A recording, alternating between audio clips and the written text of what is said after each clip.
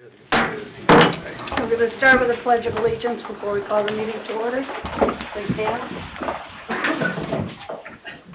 I pledge allegiance to the flag of the United States of America and to the republic for which it stands, one nation, under God, indivisible, with liberty and justice for all. Okay, this meeting of the Utility Board public meeting agenda starts at 6:44. Are we going to have roll call? Yes, I'm going to do Oh, that. okay. Hang on, All right. Robert Carnahan? Here. Julie Rivera? Here. Chuck Becker's absent. Mary Jo Dixon? Here. Nicholas Recupido? Here. Greg Parker? Yes, here. Richard Teal? Here. Jen Sandberg's absent. I'm Margot Nagy. Ben Eldridge? Present. David Austin. Present. Okay, the first is the election of officers for president and vice president. Are there any nominations for board president? I'd like to nominate Rich Teal. I'll second. Any other nominations? Seeing none, we'll have a roll call vote. Robert Carnahan? Yes. Julie Rivera? Yes. Mary Jo Dixon? Yes. Nick Recupido? Yes. Greg Parker? Yes. Richard Teal? Yes. Motion passed 6-0. Congratulations. All right, we'll move on to item number 2, Utility Board Vice President. I'll make a motion to nominate Mary Jo Dixon for Vice President of the Utility Board. Do we have a second?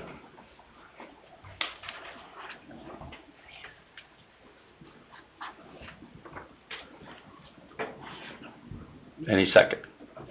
Are there any other nominations? I'll second it. Thank you. All right, we have a motion by Mr. Recupido, second by Mr. Parker, to nominate Mary Jo Dixon for Utility Board Vice President. Roll call, please. Robert Carnahan? Yes. Julie Rivera? Yes. Mary Jo Dixon? Yes. Nick Recupido? Yes. Greg Parker? Yes. Richard Teal? Yes, motion carries 6-0. Moving on to new business, proposal for geotechnical engineering exploration services, Westside Sanitary Sewer Interceptor Sewer Improvement Project. Neil, would you like to do an explanation on this, or? Thank you, Mr. President, once again. Mm-hmm. This is for AES, the routing 3C that we proposed for the West Side Sanitary Sewer Interceptor Project 3. There's some deep areas, and we want to make sure we have all the information we need to proceed with design. So we contacted AES, and they've submitted a proposal for 6 borings.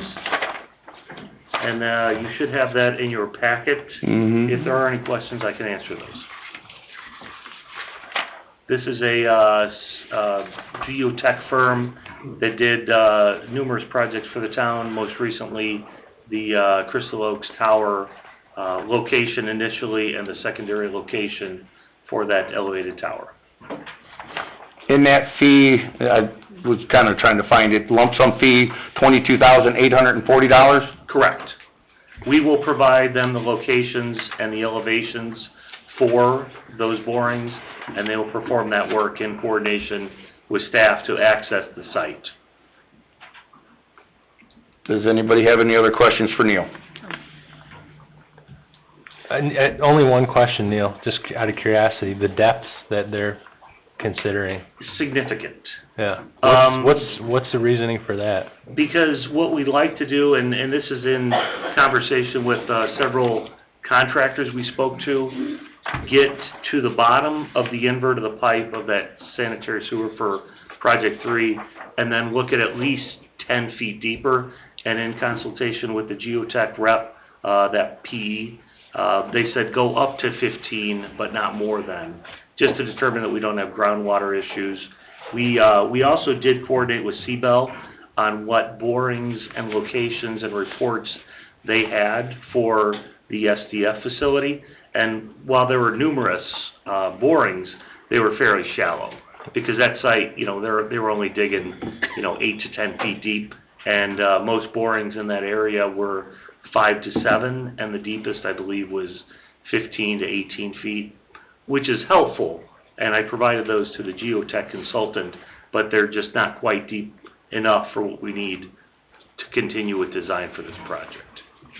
And I believe, Neil, in the conversation you and I have had, this would also get a more accurate, estimate for Oh, absolutely. bid proposals.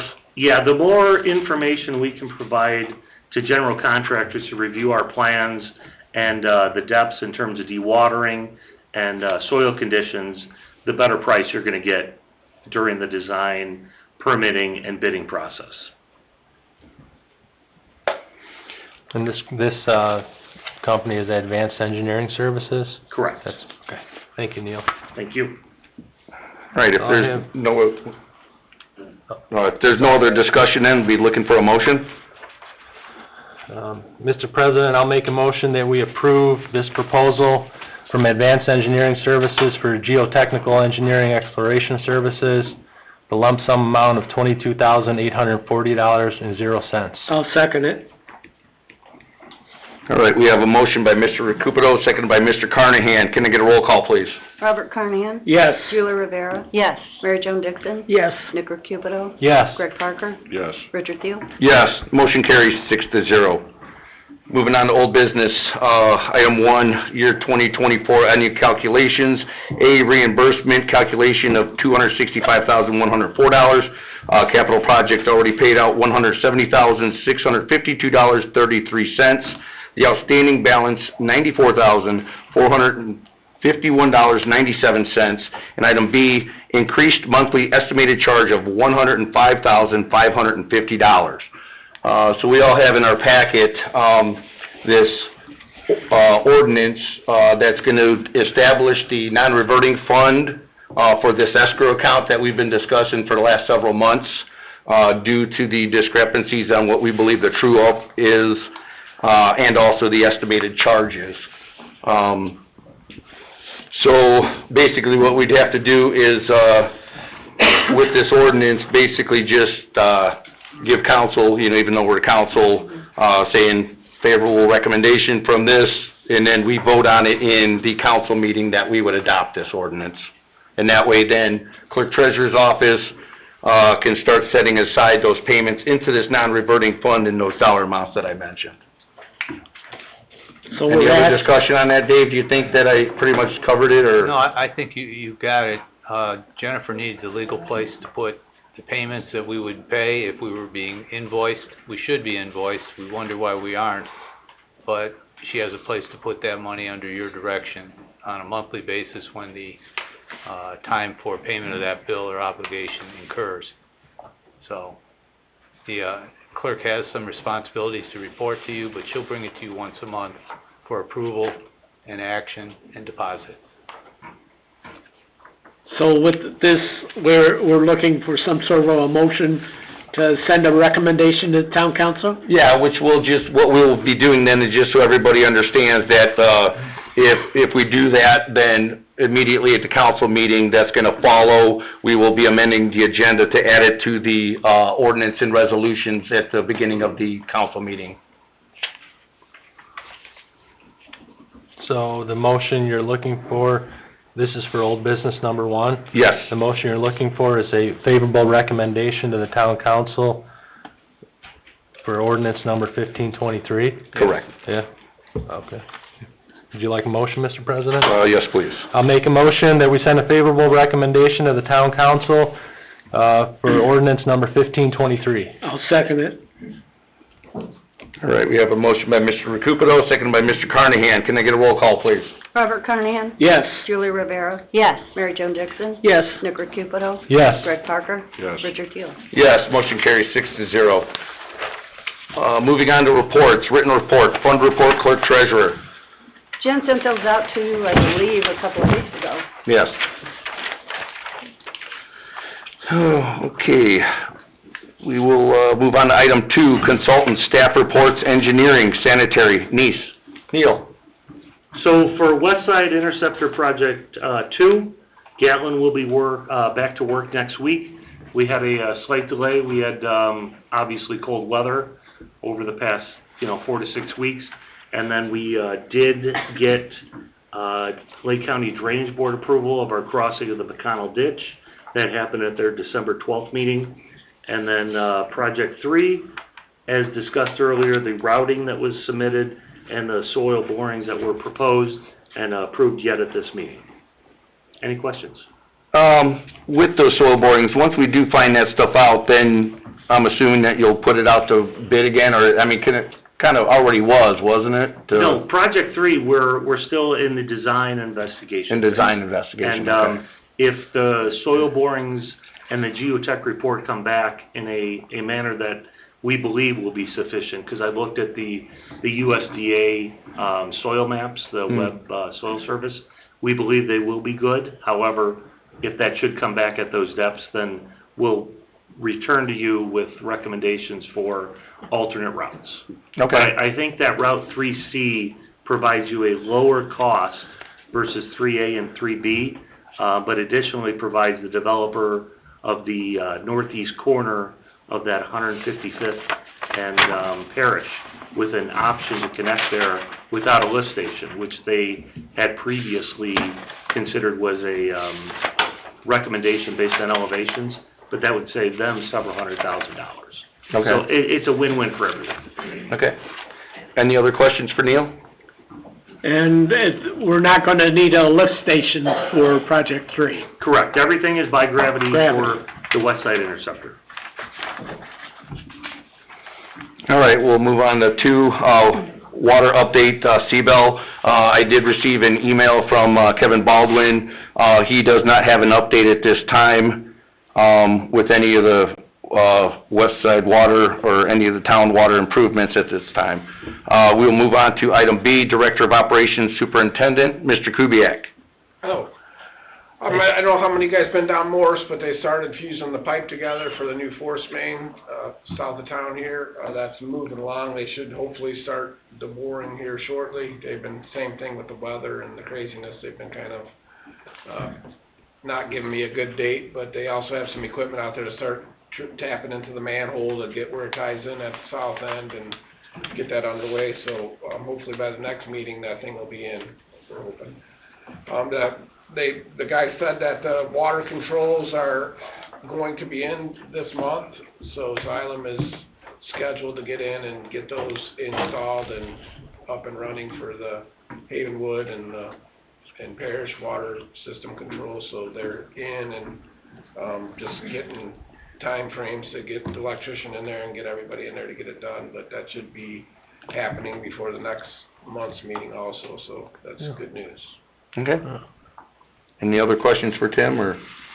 No, sir. All right, thanks, Tim. We'll move on to Town Manager. No report.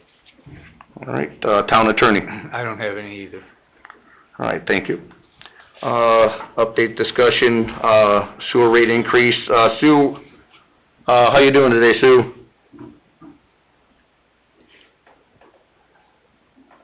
Operating slow, sorry. Yeah. Hope you're feeling better. Well, I think so, if I can get everything to work. Yeah. We don't really have anything extra right now or any updates on this sewer rate increase, right? We're still waiting?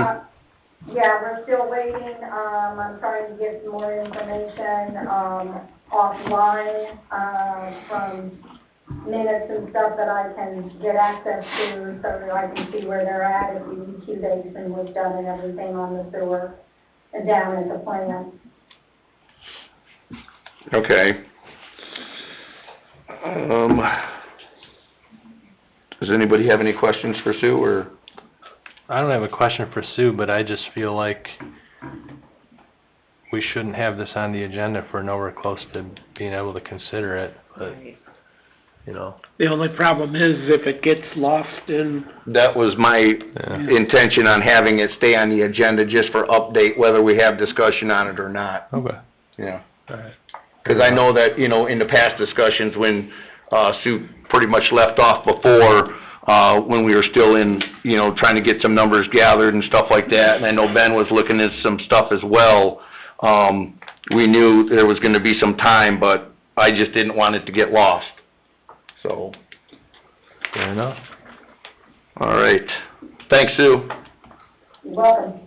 All right, moving on to JMOB report. We still have not had any JMOB meetings, but I can report that we did, I reached out to Lake Dale. We do have that agreement with them. With this discrepancies that we have going on with Lowell, kind of led into some, discrepancies there as well. There is a meeting scheduled with myself, Mary Joan, who's on JMOB as well, and then Ben Eldridge with them over at Lake Dale. That is going to be on Wednesday, February 4th. Not really JMOB related, but kind of still associated. And we had no meetings last year with JMOB. That is correct. All right, if there's no other discussion, we will move on to public comment for utility board. Second call, public comment for utility board. Third call. Seeing none, public comment portion of this meeting is closed. All right, let's see, next meeting will be February 17th at 6:30 PM. We gonna have a recess for council? Or- If anybody, yeah, we'll take a 5-minute recess if anyone needs to use the restroom. We'll get started in 5 minutes. Okay, this meeting is adjourned.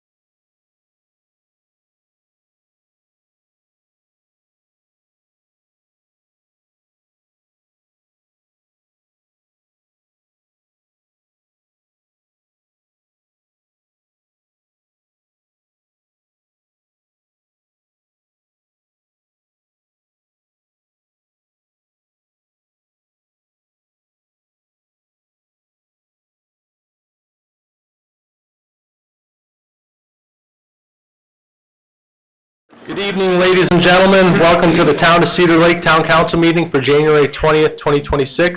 Would you all please rise for the Pledge of Allegiance and remain standing for an opening prayer? I pledge allegiance to the flag of the United States of America and to the republic for which it stands, one nation, under God, indivisible, with liberty and justice for all.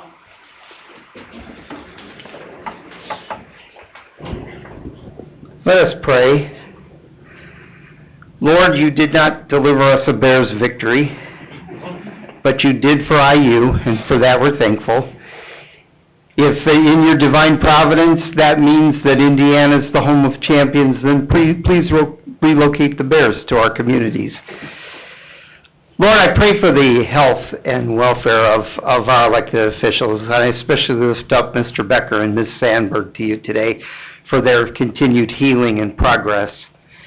Thank you for the overall health and vitality of this community. Please engage us in artful discussion and deep thought that we may produce your will that benefits this community and its residents to your glory. In Jesus' name, amen. Amen. Thank you.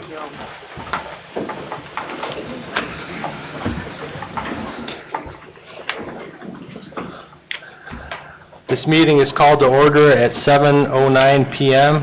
Roll call, please. Robert Carnahan? Here. Julie Rivera? Here. Nick Recupero? Here. Chuck Becker's absent. Greg Parker? Here. Mary Jo Dixon? Here. Richard Seal? Here. Jim Sandberg's absent. I'm Margot Nagy. Ken Eldridge? Present. David Austin? Present. Thank you. Before we get started, pursuant to the actions of the Utility Board, I'd like to solicit a motion to amend the agenda to consider ordinance number 1523 tonight. So moved. Second. We have a motion made by Mr. Teal, seconded by Mr. Carnahan to amend the agenda. Any discussion? Roll call, please. Robert Carnahan? Yes. Julie Rivera? Yes. Nicholas Recupero? Yes. Chuck Becker's absent. Greg Parker? Yes. Mary Jo Dixon? Yes. Richard Seal? Yes. Motion carries 6-0. Thank you. We're going to consider that under ordinances and resolutions later on down the agenda. We will begin with the oath of office for firefighter EMT Julian Childress.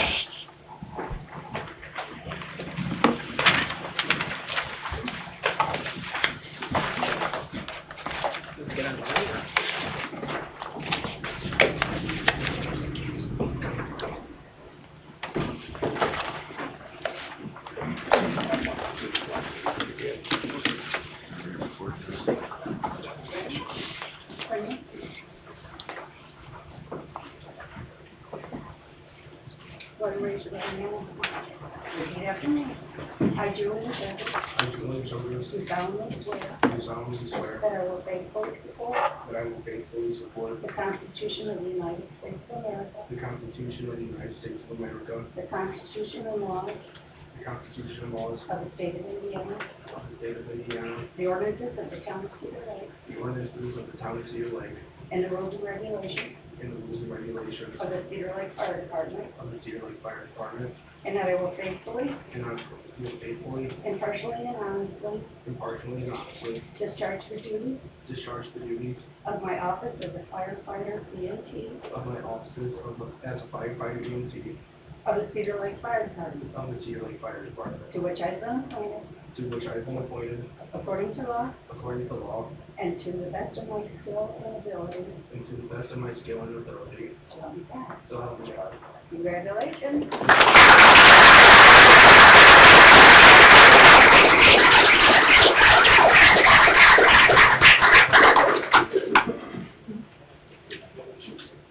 Good evening, everyone. Tonight, Mr. Julian Childress has chosen to follow Mr. Childress in his bench. Mr. Childress.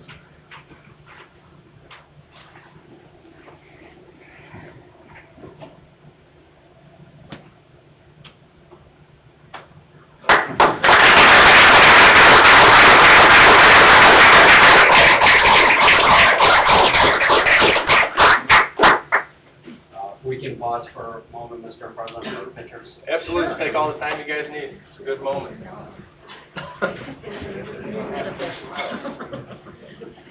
Take all the time you need.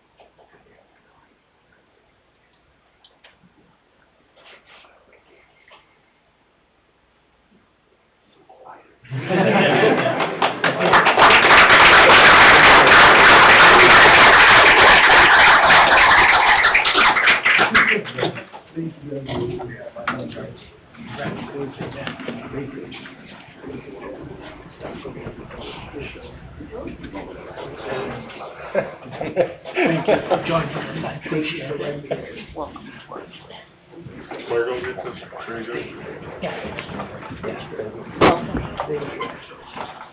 Congratulations, welcome aboard.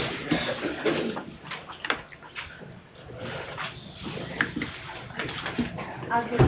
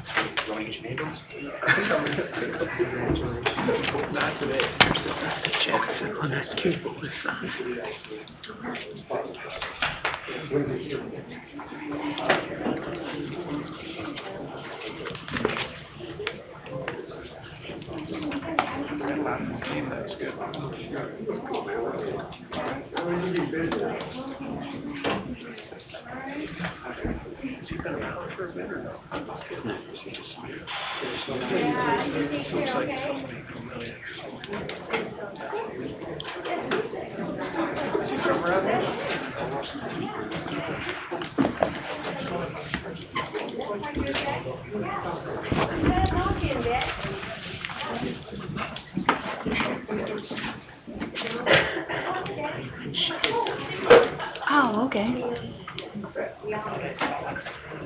That's been 23.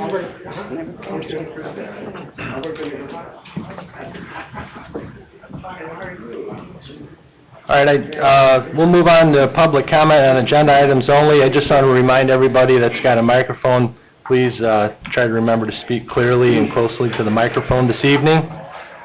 So I will open the floor for public comment on agenda items only. Public comment on agenda items only. Second call. Last call. Anybody online, Margot? No, sir. All right, thank you.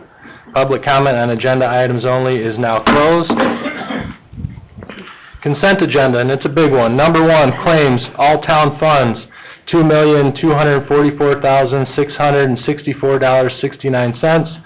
Wastewater operating, $73,395.21. Water utility, $85,140.75. Stormwater, $171,986.02. Payroll, $115.26, $303,341.68. December remittances, $282,230.52. Donations, Head Game Salon, in-kind donation of 2,300 Dum Dum Lollipops to PD, trunk or treat. Marilyn Dima, $100 donation to K-9. Barbara Selenik, $200 donation to K-9. Manual journal entries, December 1st, 2025 to December 31st, 2025. Clerk Treasurer year-end report, cancellation of old outstanding warrants. Forwarding encumbrances, EMS collection transfer from general fund of $85,939.94. Conflict of interest disclosure from Tim Kubiak. Tag days, which are solicitation day activity. Cedar Lake Youth Baseball, 4/18/2026. AMVETS Post 15, 5/2/2026. And Cedar Lake Lions Club, 8/15/2026. Is there a motion to approve the consent agenda? So moved. I'll second. We've got a battle for this one. We have a motion made by Mr. Parker, seconded by Ms. Dixon, to approve the consent agenda. Any discussion? Yes. Please, Bob. One of the claims is for VS Engineering for $61,460.39.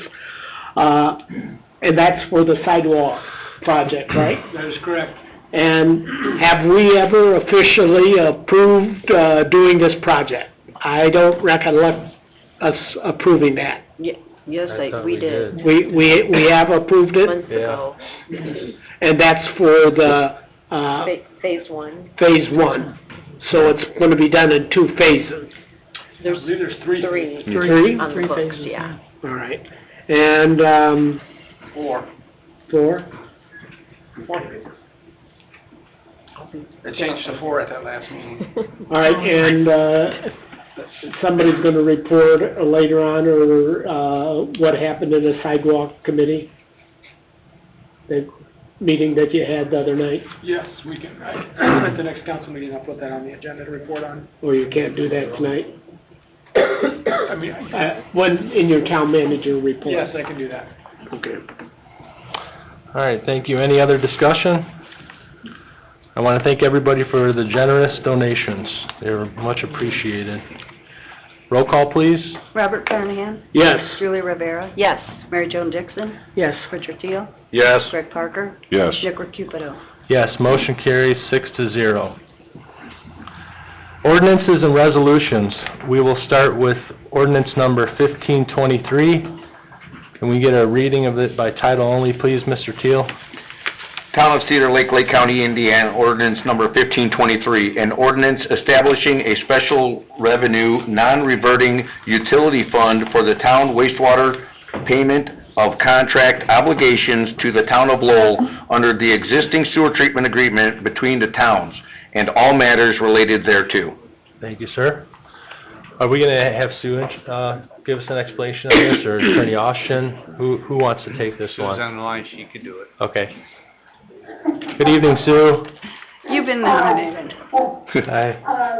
This is what we had talked about numerous times at the end of the year, that since, we are in disagreement with Lowell on the calculation of the estimated ongoing operations and maintenance expense billing that we get every month, that, we're not going to provide the payment to them, but we are setting it aside to show our good faith in the fact that we expect that we owe the money for treatment, but, we have not had any discussion on, what it should be on a monthly basis.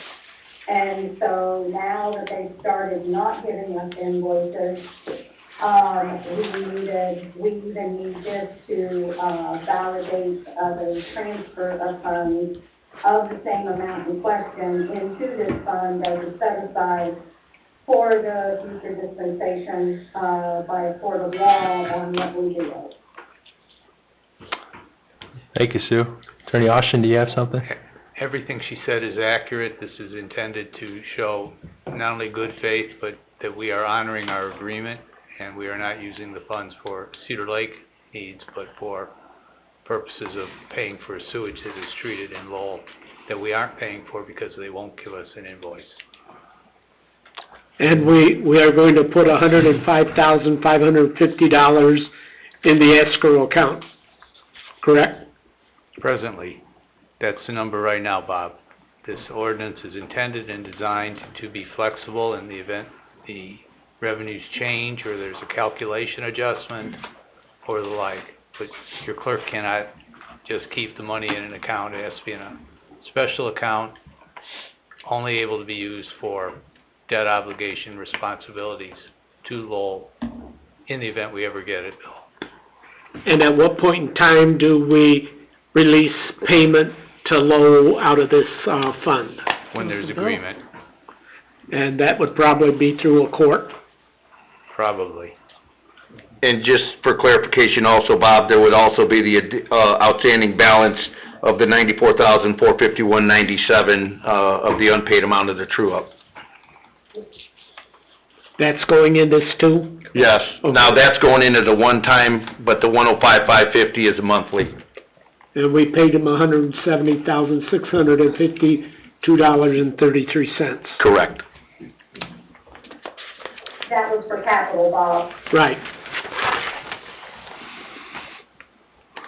All right, any other discussion? This would be a two reading, Attorney Austin? It is, Okay, something we can, suspend the rules to get a second reading? if you have unanimous voting on The first one? Okay, thank you. Is there a motion to approve the first reading of ordinance number 1523? I'll make that motion. Is there a second? I'll second. We have a motion made by Ms. Dixon, seconded by Ms. Rivera to approve the first reading of ordinance number 1523. Any further discussion? Roll call, please. Robert Carnahan? Yes. Julie Rivera? Yes. Mary Jo Dixon? Yes. Richard Teel? Yes. Greg Parker? Yes. Nick Cupido? Yes, motion carries 6-0. Would someone like to make a motion to suspend the rules to allow for a second reading of ordinance number 1523? So, Okay. I'll We- second.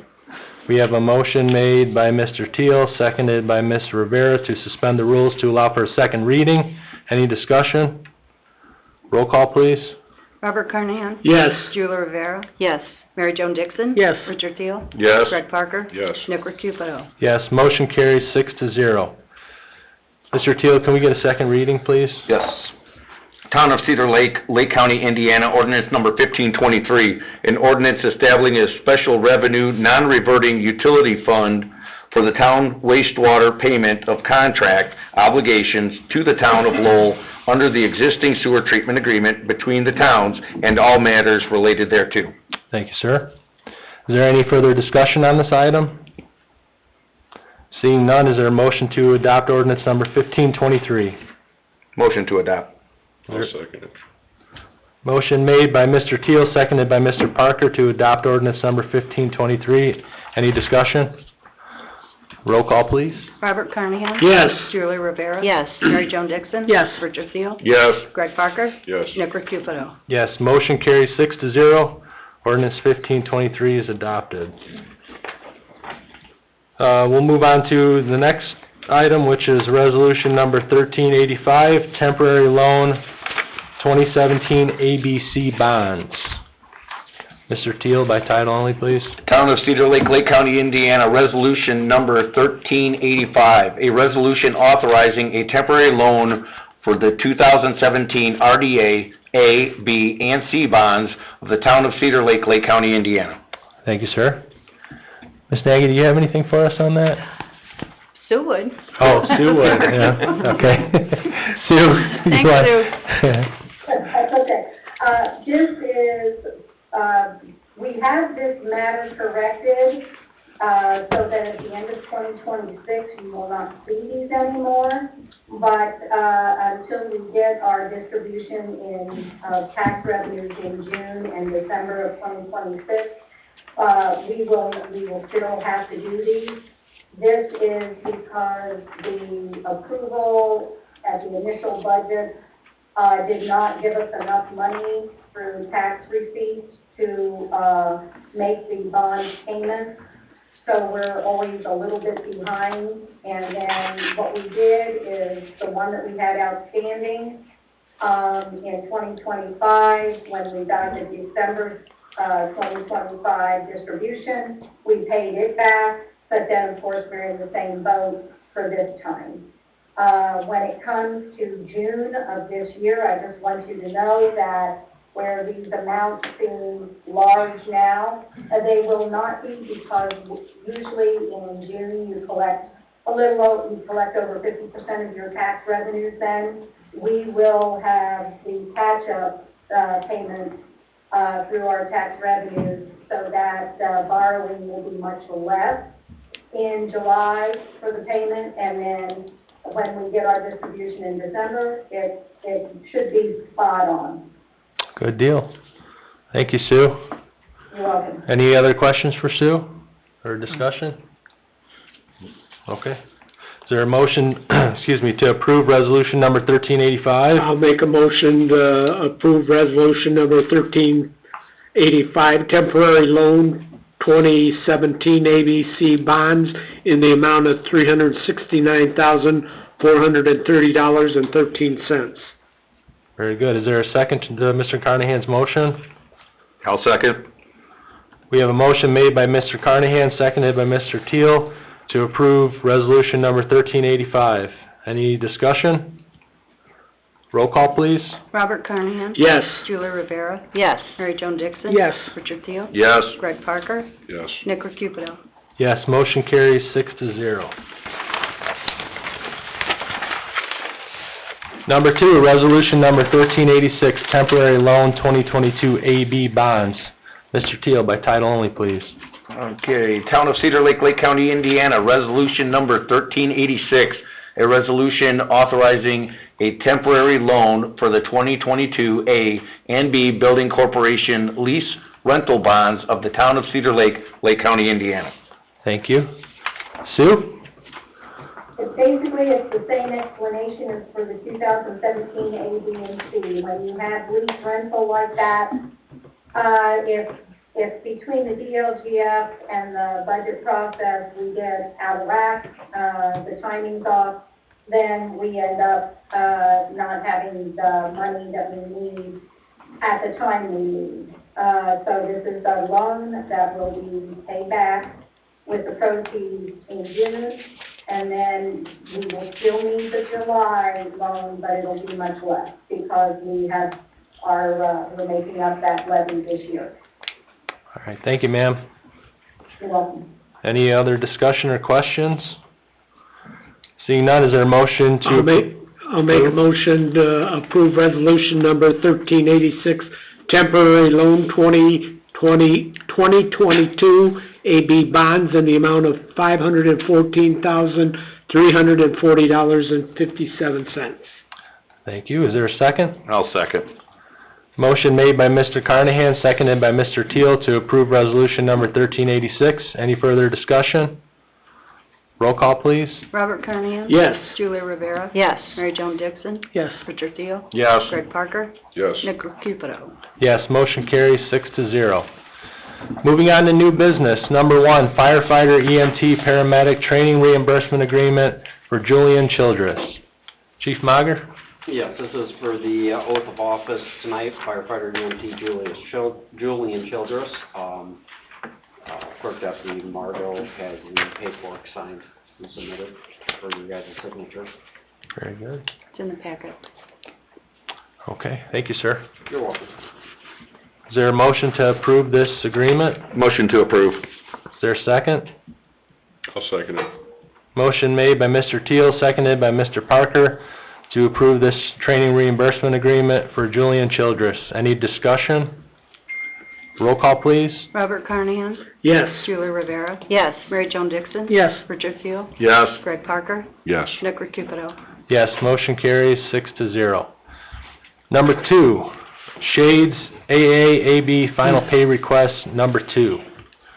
In the packet, we have a letter dated January 12th, 2026 from Christopher B. Burke Engineering, The firm has reviewed final pay request number 2 in the amount of $56,343.85 submitted by Milestone Contractors North and received January 12th. And CBEL's recommending payment of the following amount, $56,343.85. So moved. Is there a second? I'll second it. Motion made by Mr. Carnahan, seconded by Mr. Parker to approve Shade's AAAB final pay request number 2. Any discussion? Roll call, please. Robert Carnahan? Yes. Julie Rivera? Yes. Mary Jo Dixon? Yes. Richard Thiel? Yes. Greg Parker? Yes. Nick Recupedo? Yes, motion carries 6-0. Number 3, year 2026 town attorney agreement.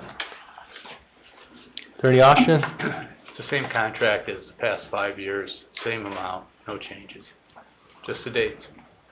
We appreciate that, we do. Thank you. I'd like to make a motion to approve with the understanding that we had last year, if a board or commission does not want an attorney present to their meeting, they can notify Dave and have Dave's office and not have them present. I'll second that. I'll second. Thank you. Okay, you're gonna second that, Mr. Teal? Yes. We have a motion made by Ms. Dixon, seconded by Mr. Teal, to approve the year 2026 town attorney agreement with the addition that boards or commissions may decide whether they need the attorney there at their meetings or not. Any discussion? Roll call, please. Robert Carnahan? Yes. Julie Rivera? Yes. Mary Jo Dixon? Yes. Richard Thiel? Yes. Greg Parker? Yes. Nick Recupedo? Yes, motion carries 6-0. Thank you. Thank you. Year 2026 Nice Engineering Agreement. I'll make a motion to defer this item to the next public meeting. I will second. Okay, we have a motion made by Mr. Parker, seconded by Mr. Teal to defer this item to the next public meeting. Any discussion? Roll call, please. Robert Carnahan? Yes. Julie Rivera? Yes. Mary Jo Dixon? Yes. Richard Thiel? Yes. Greg Parker? Yes. Nick Recupedo? Yes, motion carries 6-0. Number 5, appoint liaison for Community Heart and Soul. We have had somebody appointed to that before, right? It was Julie? Mr. Bungie. Was it? Oh, it's Mr. Brown. Yeah. Okay. This is something we have to do yearly, I assume? Oh, it's not here. Is he still interested in it? I don't know, Unless somebody... well, I understand the last time it was because he was town manager, and so should we appoint Ben to that since he's the current town manager now? Just a thought question. I'm good with whatever. I'd hate to appoint Jeff to it if we're not sure if he's interested in it, I suppose. Well, we need somebody that's gonna report to us. Yeah. Yeah, Jeff, I'm sorry. Would you like to serve on that, Ben? Sure. So is that a motion, Mr. Teal? Yes, sir. I'll second it. We have a motion made by Mr. Teal, seconded by Ms. Dixon, to appoint Ben Eldridge as the liaison for Community Heart and Soul. Any discussion? Roll call, please. Robert Carnahan? Yes. Julie Rivera? Yes. Mary Jo Dixon? Yes. Richard Thiel? Yes. Greg Parker? Yes. Nick Recupedo? Yes, motion carries 6-0. Number 6, Comprehensive Plan Steering Committee List Approval. This item was deferred from January 6, 2026 meeting. I'd be looking for a motion to appoint the following individuals to the Comprehensive Plan Steering Committee. Karen Patico, Nick Recupedo, Pete Swick, Mindy Ray, Tim King, Julie Sasada, Benjamin Eldridge, Jimmy Nelson, Kelly Dykstra, Teresita and Armando from La Gaviota, Mary Jo Dixon, Jerry Wilkening, Meg Jaley, Nick Mager, Mercedes Austin, Sydney Justice, Madison Justice, Eric Lindemulder, Jeff Sawaska, Tim Brown, Kevin Toth, Aaron Seacos, Linda Coop, Sarah Gores, and Heather Dessauer.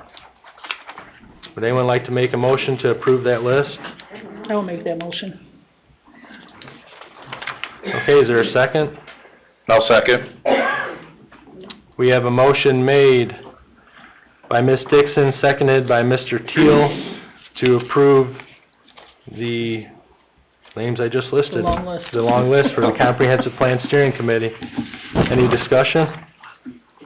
Roll call, please. Robert Carnahan? Yes. Julie Rivera? Yes. Mary Jo Dixon? Yes. Richard Teel? Yes. Greg Parker? Yes. Nick Cupido? Yes, motion carries 6-0.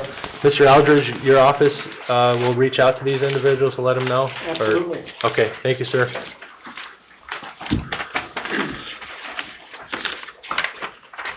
Number 7, revised dates for the Town of Cedar Lake 2026 meeting schedule, RDC, Town Council, and Board of Safety.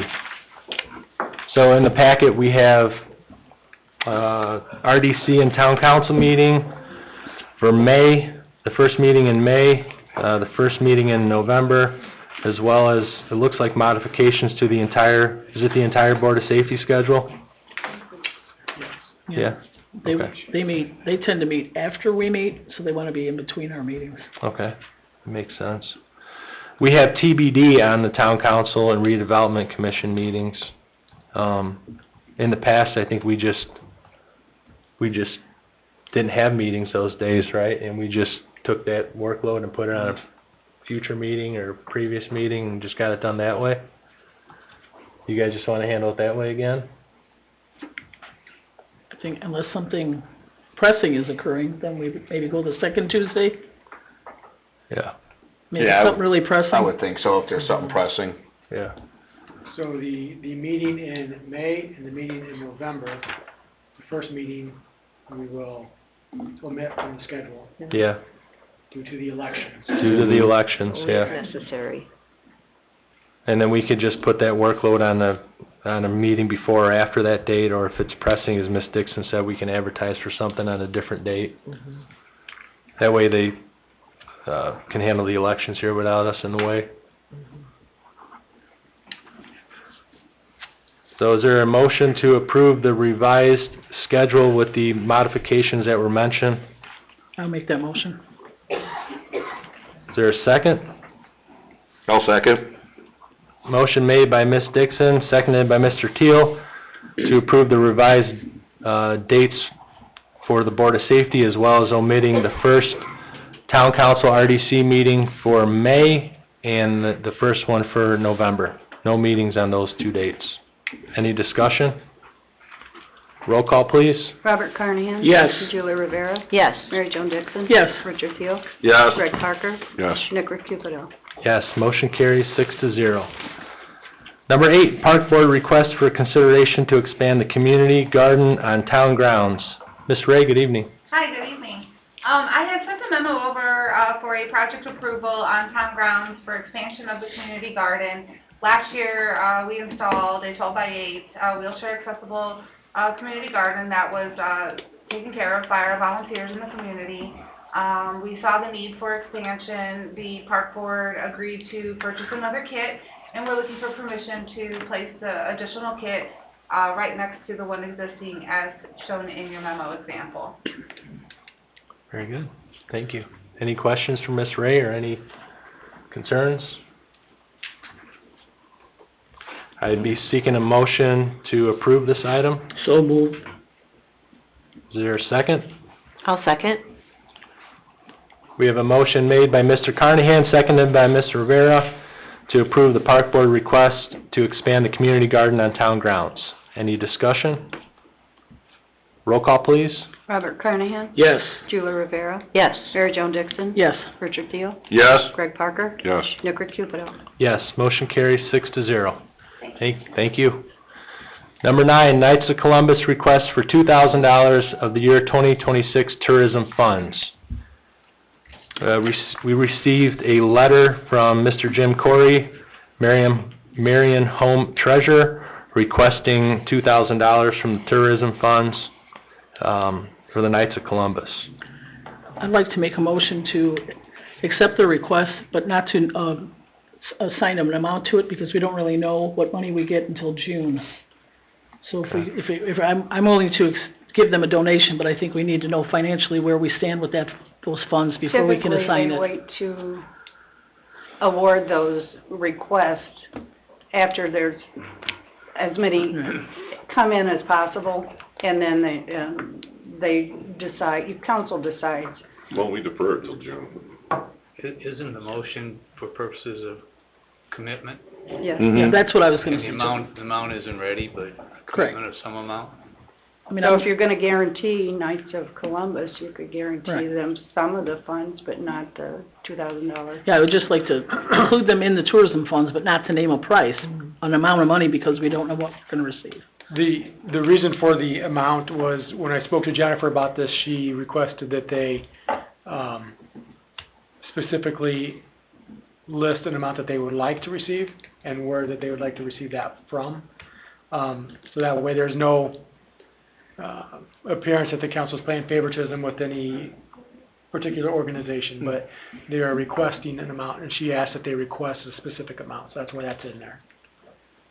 Okay, but in the past, do we know what the tourism fund is correctly right now? Because we usually don't That I receive do those not funds till know, June. so, like, I think traditionally it's done in the middle of the year, Correct. but they did submit their letter, and so I forwarded it to the council. If I remember right, it's just a little over 4,000. Like 4,500 around that. Yeah. So, I'm fine too with leaving that part blank right now until we have any further, and we don't know if anybody else is gonna be applying either, so. Okay. So we have a motion by Ms. Dixon. Do we have a second? I will second. Motion made by Ms. Dixon, seconded by Mr. Teal, to approve tourism funds with a dollar amount to be determined later for the Knights of Columbus. Any discussion? Just want to point out, this is for their haunted forest that they put on every year, which, draws a lot of people. I've only been able to walk through it once, it's so scary. I think this is definitely something tourism funds can be used for. Yeah, Agreed. thank you, Julie. Okay, roll call, please.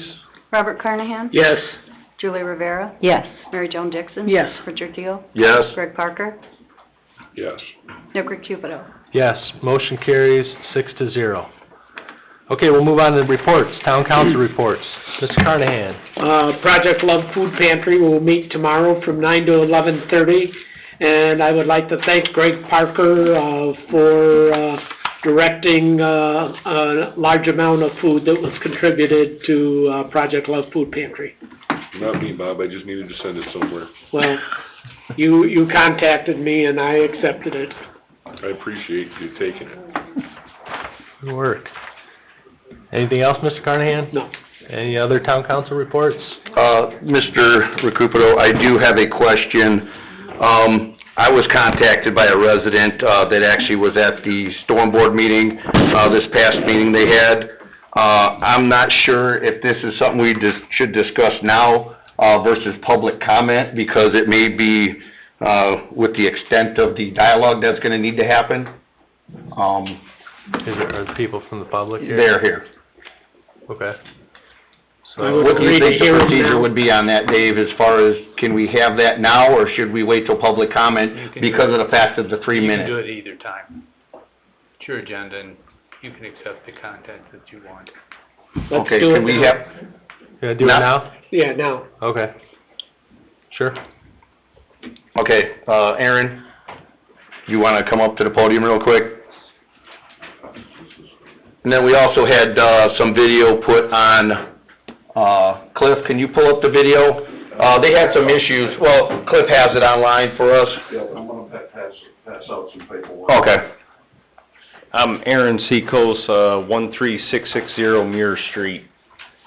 As you can see on the screen, this is what I initially came to Stormwater Board, going back to 2016 to address. 2026, still have similar issues. The difference now is there is a home being built on the parcel that I I guess. Absolutely, thank you. It's in between the two parcels right now. Thank you. We're passing out kind of a timeline of all this now. Open up 2015, let's see how this all started. So that was at the beginning of This is the most it? recent. Yeah, go to 2015. Thank you. Yeah, I think he's gonna have to wait, Larry, till this one ends.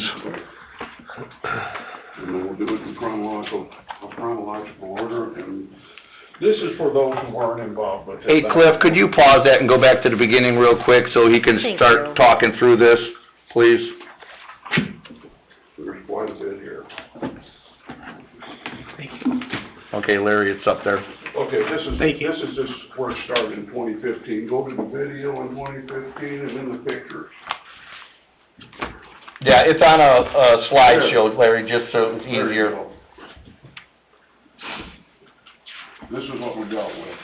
Aaron, can you explain how it went down in your basement, how it comes through your electric box? And It did.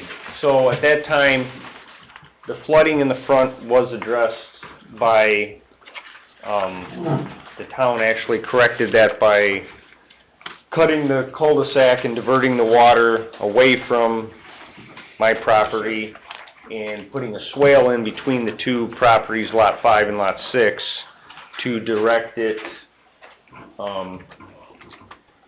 to that, this is actually a utility easement, it's not considered a drainage easement, but,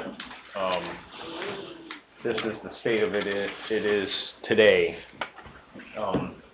It was really a two-part project, and this second part of the project was never addressed. There was a previous owner, that was supposed to address the issue, and somehow or another it was never enforced, and then we just never took care of it. finish some of this stuff out, and then we'll get everybody up to speed here real quick. And I think the photos at the end are the ones with the straw bales, I believe. With the impalements? Yes. There, yeah, that's really good too. The first ones I've passed out start at these here that start at 2016 is basically Thank you. the Cliff Notes version of the town meetings we had. And then the other heavier package is actual copies of the Thank you. meeting minutes with the highlights on it. Basically, at the end of the 27, I gotta look through my notes, but this was all mixed up. There was two projects running side by side. And this, okay, now I can speak one.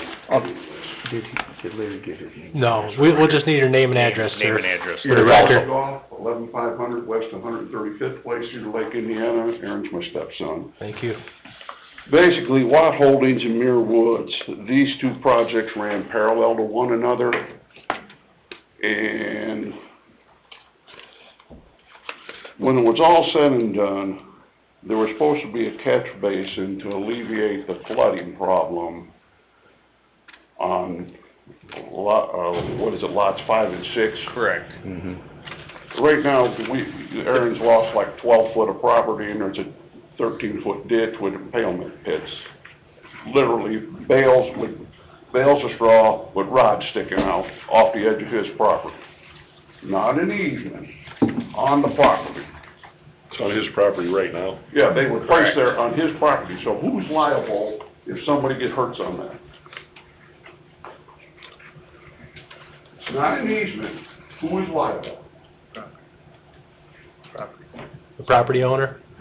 Okay, we did not ask for that to be put there. Correct. I get it, I'm answering the question Oh, though. okay. From a legal perspective, Yes, it's on your property, you're responsible. right. Exactly, that's what I thought. So, you know, this thing has gone from bad to worse. If we can play the video from go to 2015 file, in October, there was not supposed to be any backfill put in this thing until this problem is resolved. We're gonna jump back and forth, because this is just so involved, it's unbelievable. It's a 10-year span of this. Right now, we have a house standing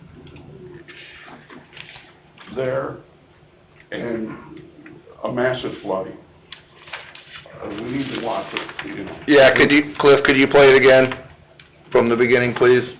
Because this, where's the date where it was deemed Okay, unbuildable? Okay, Larry, here it is. No, that's the first. That's the 2015. Yeah. It's hard to go through the slideshow that he did with picking it apart, because it's on a loop. Okay, this is where it started in 2015. Well, let's go through the whole slideshow.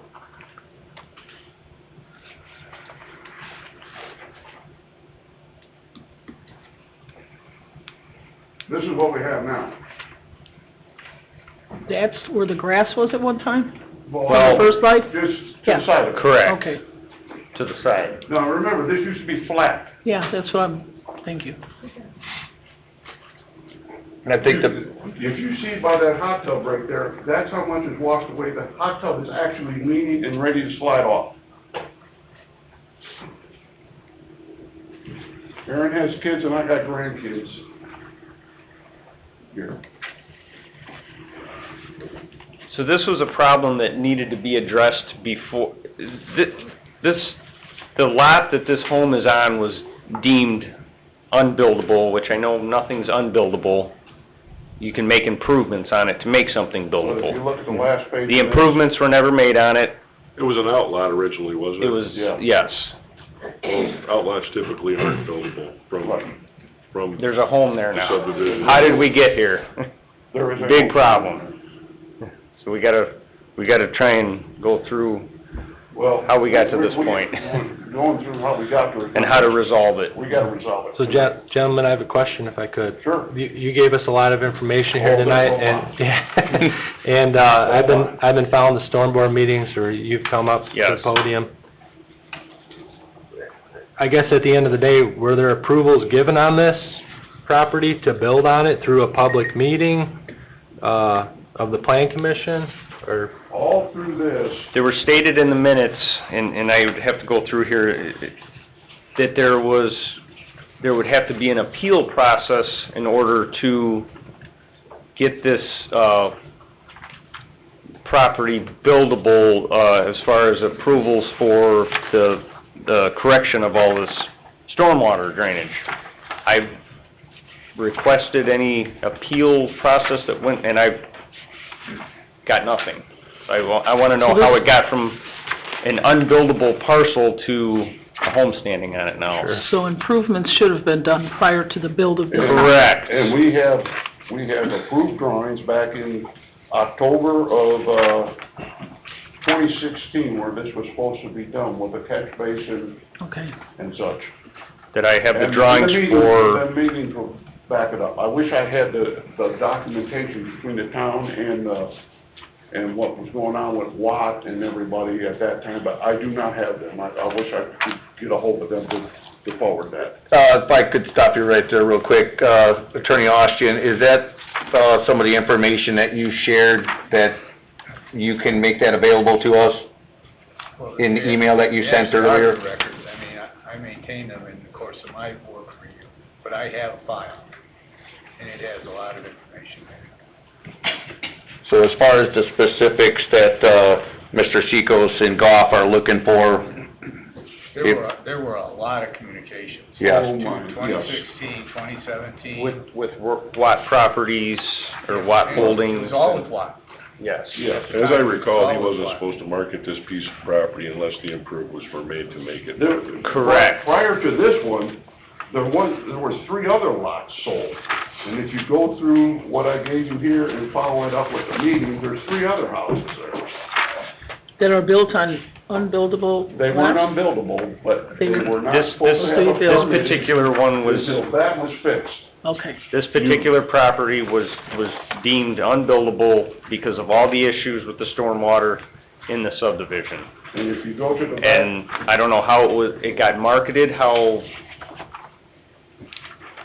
you know, how it transpired with how none of this came about, how it got to that point. Yeah, and on January 16th of 2019, this thing was deemed unbuildable and taken off the agenda. That was in the minutes. Then if we jump to 2025, here we are. Tonight, I can't speak to what has happened since then. I can tell you this, and these folks have heard me complain about it one fashion or another. When a subdivision gets approved and platted, and it has outlots, outlots are not buildable lots. Unfortunately, people come sometimes and try to manipulate that after the fact, particularly since lots have gotten so valuable. Correct. They'll try to make an outlot to make a profit, and that's probably what has happened in this case. I'm sure. Well, Greg, the totality of a plat includes everything, and that's what seems to be missing at times, that people forget that. Yeah, This isn't the first one we've had like this where that's absolutely developer, true. builder, property owners have tried to add to the plat or change the plat when the plat had design requirements. For example, storm drainage. This is an example of why it's important to make sure that these outlots remain outlots and not let people manipulate them. That's the reason for an outlet. It's not supposed to be buildable, it's supposed to be open space, it's supposed to carry water, it's supposed to handle runoff, it's supposed to do all of those things. And we have engineers who check off when the plan commission is acting on a final plat. And when they make that final plat and they record that Mylar, that's it, that's like concrete, or should be, for all the aforementioned reasons. I remember everything just about that happened in those meetings, and I know that there was, I don't know if there was ever commitment made by Mr. Watt, but that's what he was told he had to do before he was marked as a It's reported that there was a commitment. He did make a commitment then. If that's the way it's reported in the minutes. He did. You know, but even with everything going on, if you go to the October video in 2025, there was not supposed to be even a backfill permit or Backfill permit issued until this was addressed. That was the deal. This can has been kicked down the road so far. How much property do you think you've lost? Well, there's approximately 12 foot wide by, how long that is, probably at least 30, 40 feet. 40 feet. I mean, if I would take a dozer and go through your property and dig a trench 30 or 40 feet, and just trespass on it and do this, there'd be criminal charges against me.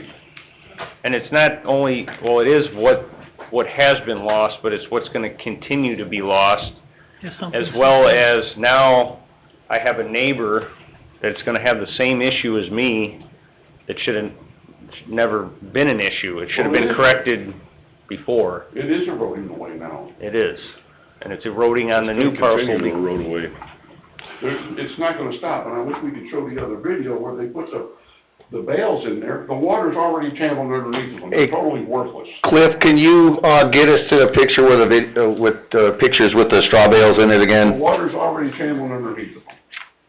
They were put in Friday. There's the house on the left.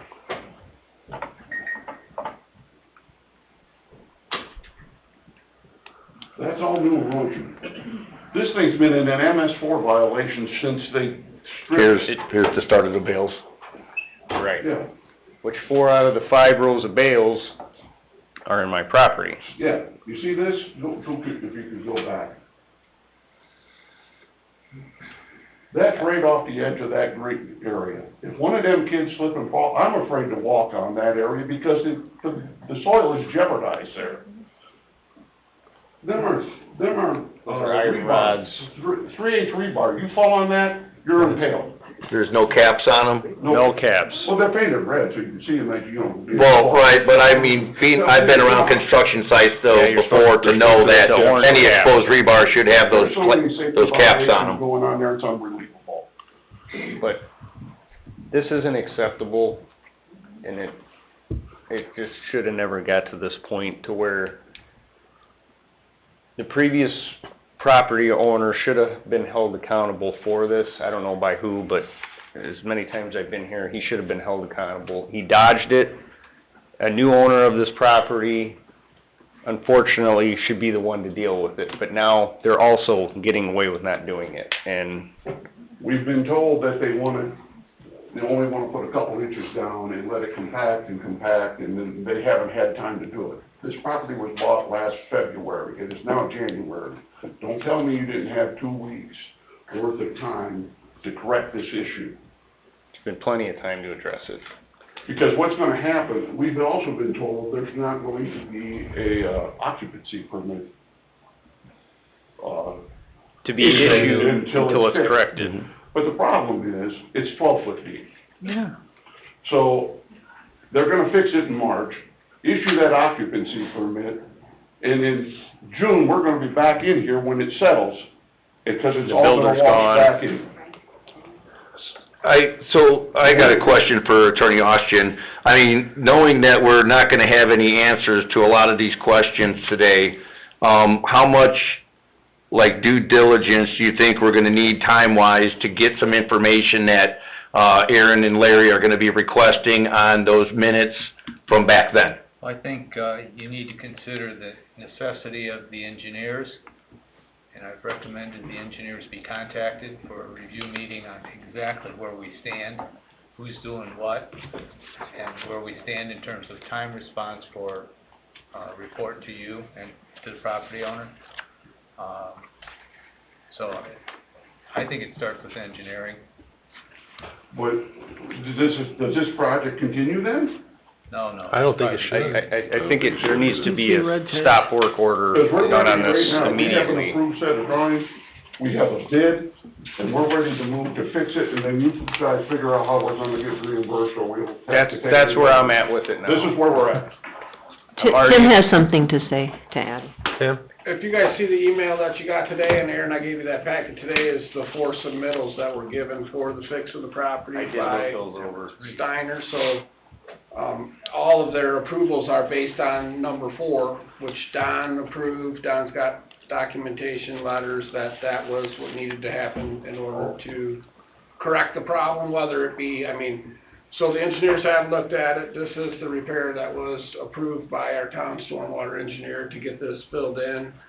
Essentially, at the end of the day, it has a lot to do with the weather, and it has a lot to do with it being wet, and I get these guys' irritation level, but that ditch is less deep than it was before they started. They did have 2 feet of fill in there to to let settle a bit. They're gonna put more in there, but the weather has not been favorable. But at the end of the day, the plan is approved signed off by our engineers to get the problem rectified. The builder knows that there's gonna be no occupancy on the home until this is corrected, and they were, in the beginning, the statement was made that this was to be corrected before they started, before they backfill. They sold it that they needed to dig the hole, get the dirt, balance out the site, start filling in the ditch.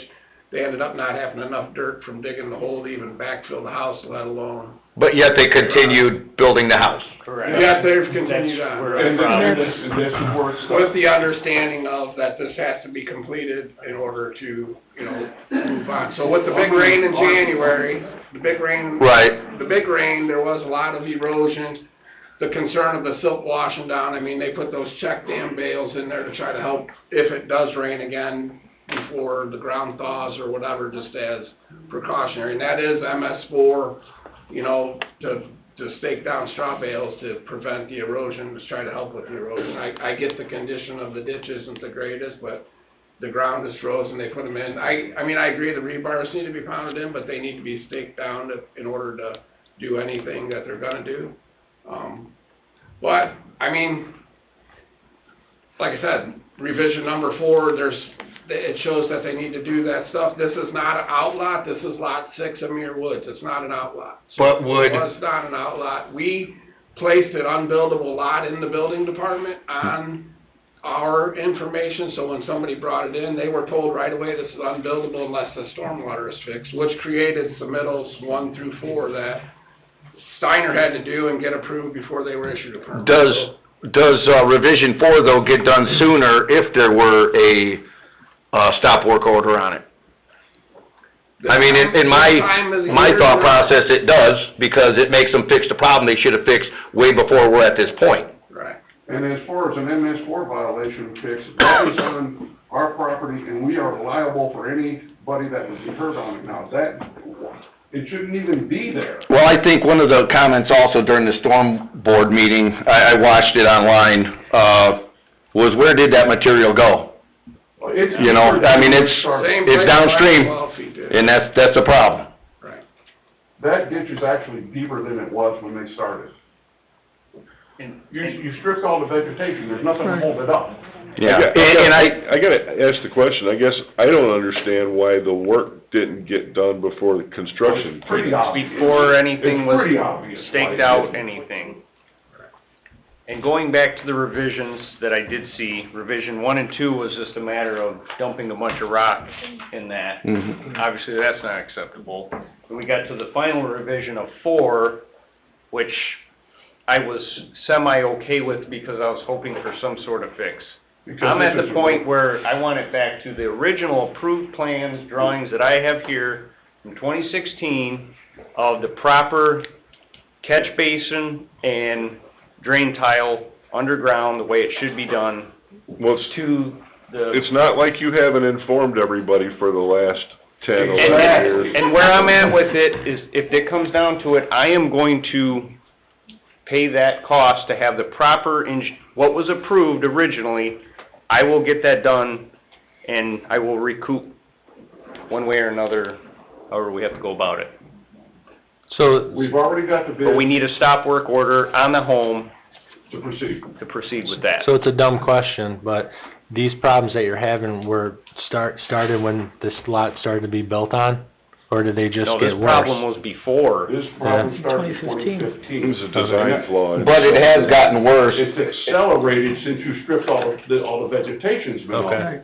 Not only is it, we got problems with this, they park in front of the school bus turnaround and It's just been an all-around pain. it's a nightmare. And the way that they're not addressing, I keep hearing that, yes, they know, yes, it's been known, they know they have to fix it, okay. It's not fixed. Yeah, and If I just know so the rest something of in the my council- business that we have to do, then we're going to address it immediately and not just keep kicking the can down the road, hoping that, And this have is to do it. the neighborhood that I live in, so, I mean, I can basically see Aaron's house from my couch if I look out my back window. So Aaron and I do talk, he's brought it to my attention, you know, I noticed the trees being clear before Aaron even mentioned it to me. You know, so I was in tune of what was going on from then, when he was bringing it to everyone's attention, you know, with the building department and stuff, and, You know, it's owners. frustrating for me sitting here though, Rich, I mean, all that, there was a whole lot of dialogue I and remember back then. engineering for meetings. mhm. Do you know how Yeah, much look at time A lot of time we that spend here. this town commission has spent on this, when all we had to do was uphold what was decided and stick to it? So the plans that they're proposing for this, the remedy, is not acceptable to you? First of all, that was a waste of No, time. it's not anymore. Okay, okay, I just want to be Because they drug their clear. feet too long, and I don't accept it. It's unacceptable. Revision 4 is unacceptable now. I want to go back to the original drawings. Right. We accepted it, and I understand why we did, not me. Because it was a cheaper route. I get it. I'm in construction. That was the cheaper route for them, rather than the drain tile that was originally proposed in 2016 that was approved. A swale with riprap is a cheaper alternative. I was okay with it, I guess, to get something done. I'm not okay with it anymore. You're losing too much property. So what are we doing about this? Well, I don't think we're gonna have an answer as today, other than going back through those documents that, you know, that state all of that. I mean, does that sound, Can we get a stop work order? So we Yeah, can why can't we just issue as a town council a stop work order and stop this from proceeding? And let's look at their plan and see if, we can get whoever is doing this work, responsible to cover the cost. I submitted we submitted an action plan to the storm board meeting last week. Right. Mhm. Requesting a stop work order, get everybody together, but this has gone too far now. That's where I think This that's is- where we this need to is start, totally if we unacceptable. can all, That is unacceptable. Unfortunately. Does it have to be revisited again by the plan commission?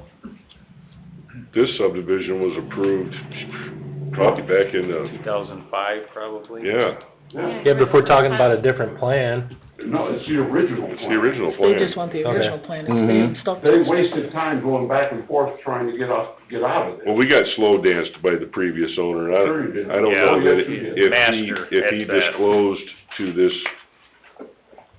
person that's building the house there, is this Steiner building this house as a spec, or are they building it for somebody? Or someone. Or someone. And I feel bad for the people they're building it for, because they're losing property like crazy. Did Steiner purchase the lot, or yes, did? they own the lot.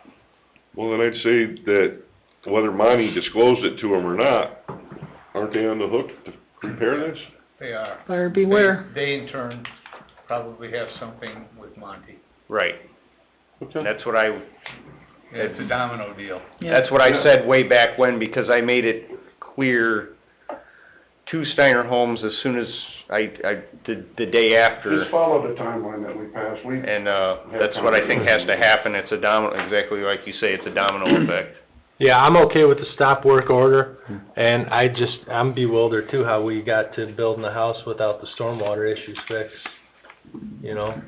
Well, there's no way for us to know whether Monty whether he disclosed to these folks or they found out after the fact what they had. There's no way for us to know that. Long and the short of it is now they own it. Mm-hmm. Correct. And it should have been done before they started. I agree with that. Thank you. Thank you. Well, I'd like to make a motion to amend the agenda so we can take action. I'll second that. okay, we have a motion made by Mr. Carnahan, seconded by Mr. Teal, to amend the agenda to take action on this item. Any discussion? Roll call, please. Robert Carnahan? Yes. Julie Rivera? Yes. Mary Jo Dixon? Yes. Richard Thiel? Yes. Greg Parker? Yes. Nick Cupido? Yes, motion carries 6-0. Mr. President, Yes, sir. may I suggest another motion to direct the staff to review all the engineering for this project and the town's file? We need to locate the town's file in addition to mine. Okay. I will copy it for you. Thank you. First of all, I'd like to, make a motion to issue a stop order. I'll second that motion.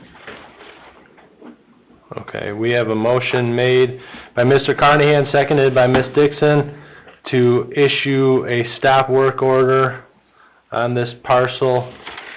Do we need the address, Attorney Austin? Yes. I know you guys gave it to us. Here was one, Hold on a second, 114. Mr. what was So the address 13650 Mirror Street. it? Okay. 13650 Muir Street. Do we have any further discussion? Roll call, please. Robert Carnahan? Yes. Julie Rivera? Yes. Mary Jo Dixon? Yes. Richard Thiel? Yes. Greg Parker? Yes. Nick Cupido? Yes, motion carries 6-0. The other motion, Attorney Austin, that you'd like to see is to direct town staff, to review engineering? Review the engineering and all the records, town records. Okay. Do we have a motion for that? Make a motion. Is there a second? Second. Motion made by Ms. Dixon, seconded by Mr. Teal, to review town staff, to direct town staff to review the engineering entire, file for this project. Any discussion? Roll call, please. Robert Carnahan? Yes. Julie Rivera? Yes. Mary Jo Dixon? Yes. Richard Thiel? Yes. Greg Parker? Yes. Nick Cupido? Yes, motion carries 6-0. Is there any further action required on this, Attorney Austin? I would like to know if they've got a plan to correct it, Is there some way we can get, the builder to Bob, cover the cost? we basically engineered the plan to correct this back in We have copies with 2015. us right now. Yeah. I have the program. There, But you don't think that plan is good? This is the good. That's the good one, they're saying, the revision Oh, 4. that's the good one? Yes, we have it, so if you The- guys wanna look at it. the plan has been there for years, It's just been there for years. no one's done it. So Tim, we're gonna hold them to the original plan, is there any reason not to? I got no idea. No? Okay. No, 'cause I mean, your stormwater engineer signed off on the approval. They knew what the approval was prior to them starting, but we're gonna change in the middle of, I mean, I don't even know what to say, but This is not no. a change, this is the original. That's the original. Correct. Okay. The lot should have never been sold until it was fixed. He knew that. The previous owner knew that. He should have never sold it. Anybody involved in 2015 through 17 knew this.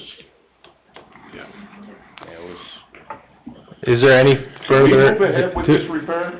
Hold on. No. Attorney Austin? Not yet. No? If we're going to weigh in on our engineering plans, I mean, we need to look at it. okay. Okay.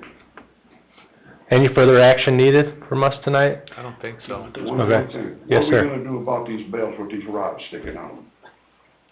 I think, Well, I'm gonna have them is that- remove the bales tomorrow.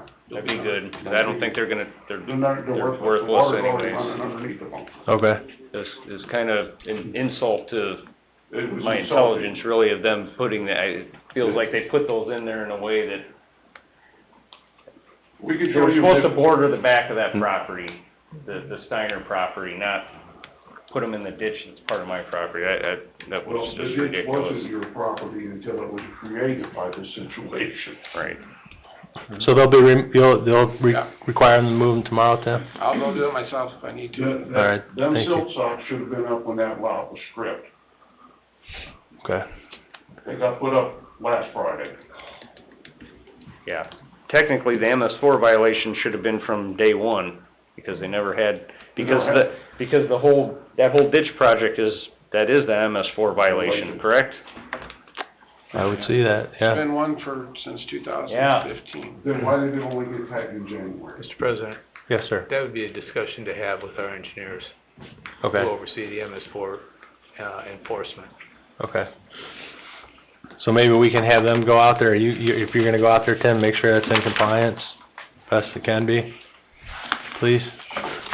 All right, gentlemen, any other questions you have for us? Not at this time. Not at this moment. All right, thank you. Thank you. very much. Thank you. Thanks, y'all. Any other town council reports? I have one other one, Mr. President. Okay.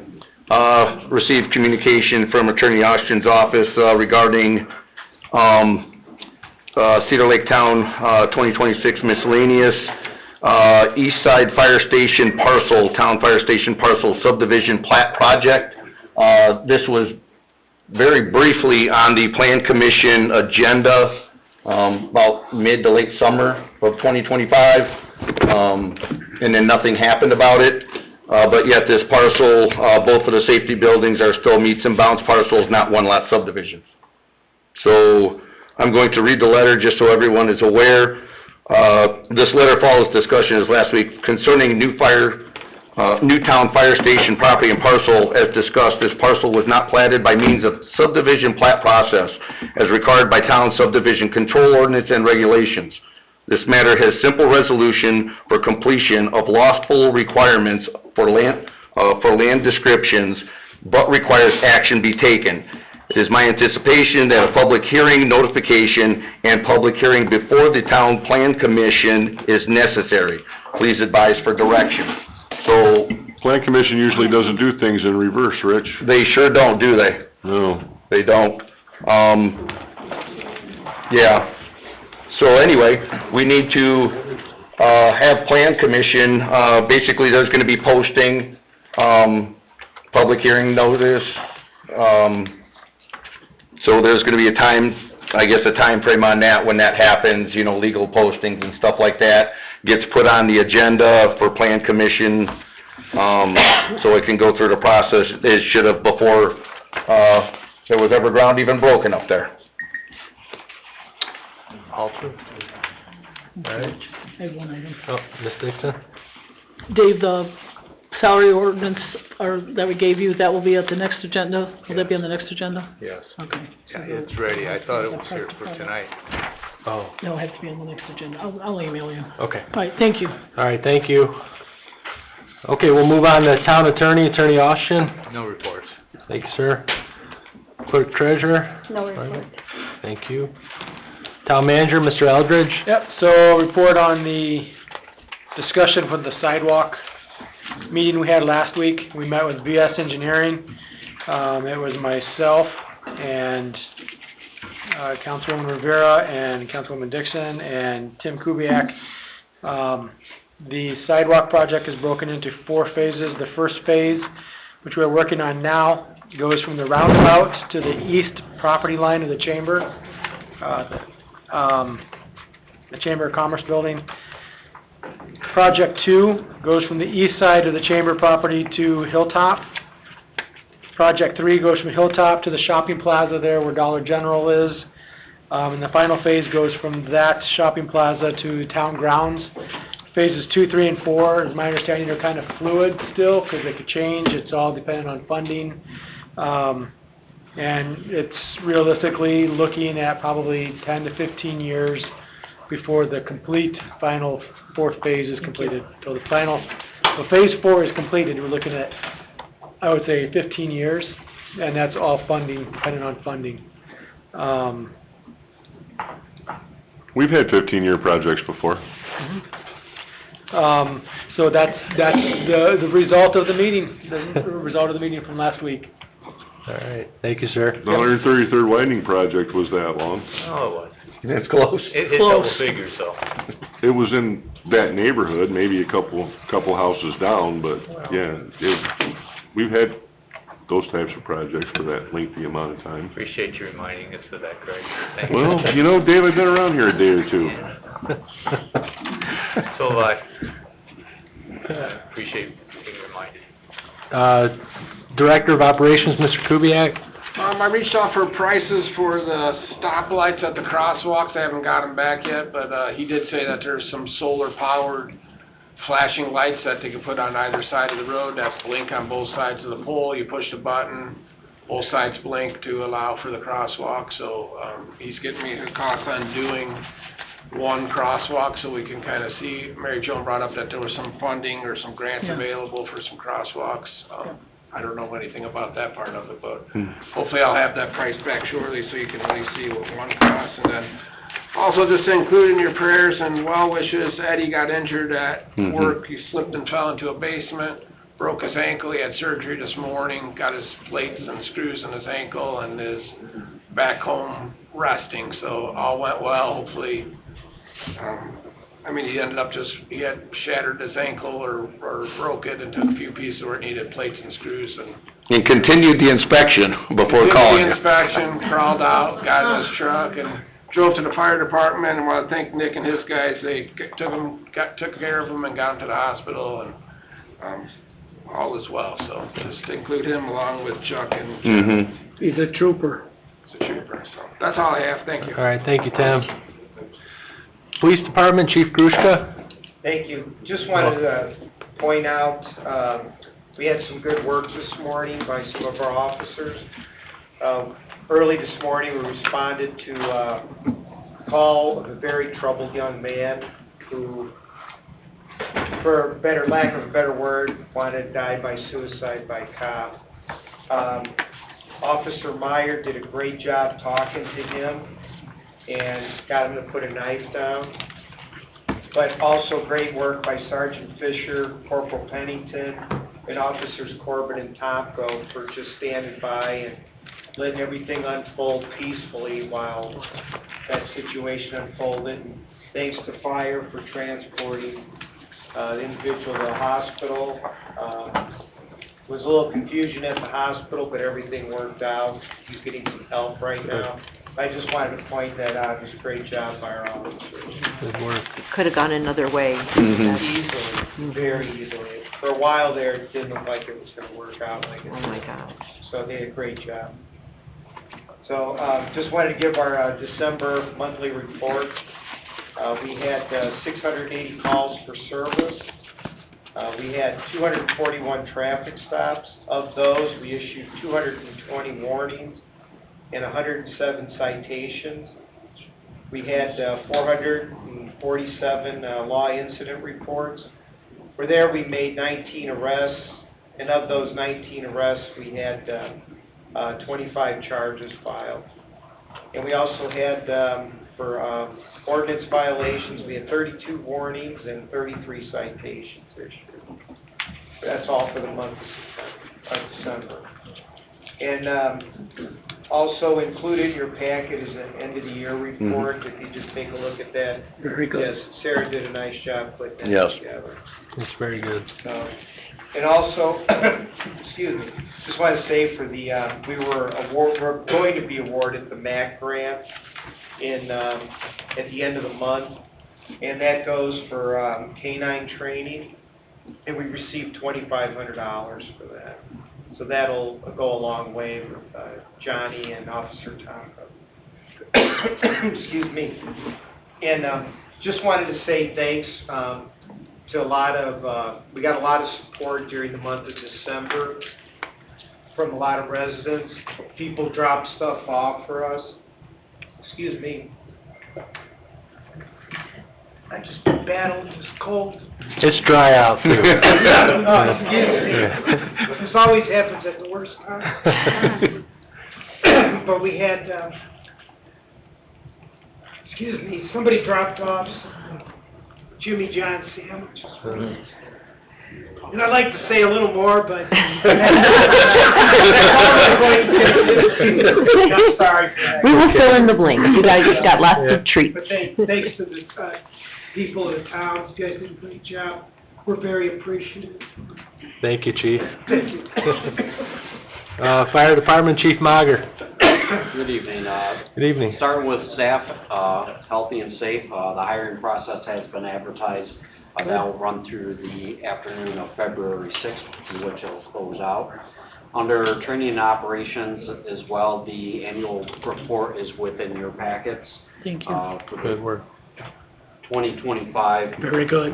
Total of incidents were 2,558 calls, averaging a 17% increase year to year. Notably, 80% is EMS-related calls, and this averages out to about 7 calls per day. Then finally, with budgeting, we were able to close out the year 2025 at 90% of the budget utilized. For 2026, we'll continue with streamlining efforts, maintaining fiscal responsibility. Yeah, I really appreciate it, Chief. Thanks for getting that all straightened out and running smoothly. Appreciate it.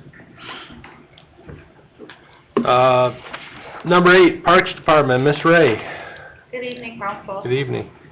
In your packets, my annual report was actually forgotten to be included. That was distributed to the Park Board and Town Administration on December 29th.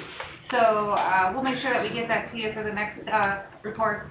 But that gives you a really good idea of why we're so proud of this Parks Department and what we're doing, and how the Park Board has continued to support the growth of this department and the great things that we're doing. So that sits in our annual report, which it will just be in our next reports meeting, the second meeting of council. But if you need it again, emails, I can also send it to you for further review. All right. Thank you. Thank you. Moving on to written communication, we have the Building Department report as well as Christopher B. Burke report in our packets. We finished off the year with 102 new construction permits and a lot of other miscellaneous and remodel permits too. And each one of us got the Town of Cedar Lake 2025 annual report from the Building Department. Yes. Also very nice. Yeah, all the departments did a great job with that. Yes. Okay, we will open up the floor for public comment for What the about Christopher B. Burke? You're gonna, most of it's unchanged, Bob. other than 133rd, they're going to start working on they're in the dip, I think in July. The road raising? Is that true, Mr. Eldridge? Yes. Yeah, okay. Thank you. We'll open the floor for public comment for the council. Anyone like to speak? I'll speak for you guys. All right.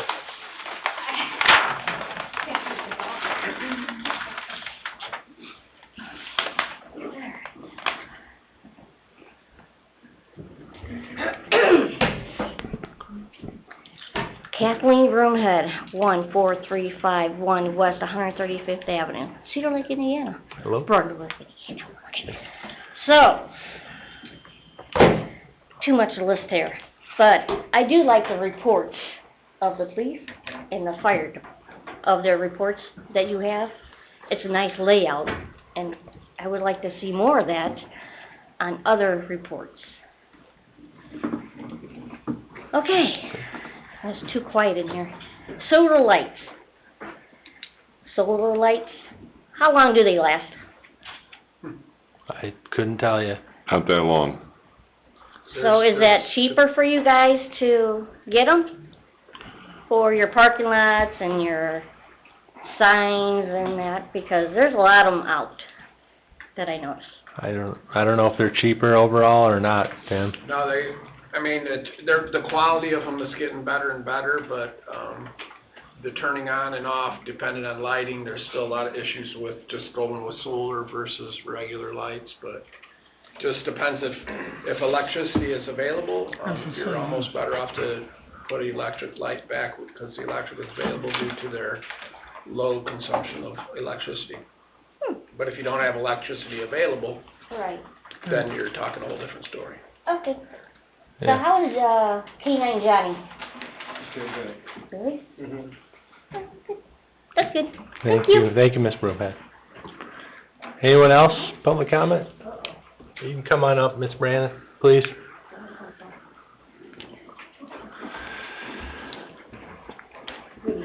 Good evening. Gail Brandon, 7014 West 139th Place. I've noticed, as I'm going around Lakeshore Drive past the Eagles and Hunley's, that there are some of them white rumble strips going past the Eagles, but I'm encountering pedestrians at Hunley's, and there's no reflective strips there. I know they're working on getting some lights there, but when you stop for somebody, you gotta be looking in your rear view mirror because other people don't know. I even try and put my flashers on when I stop to let somebody cross, but could we get, when the weather improves, if they can put down some of them white strips on both sides of Huntley's going into that pedestrian walkway. I think they have them down at Bugaboo's too. Hey, I have a question for Tim. We applied for some grant monies for some striping projects, and that, is there anything in the vicinity of that location? No, and the striping grant we were talking about in the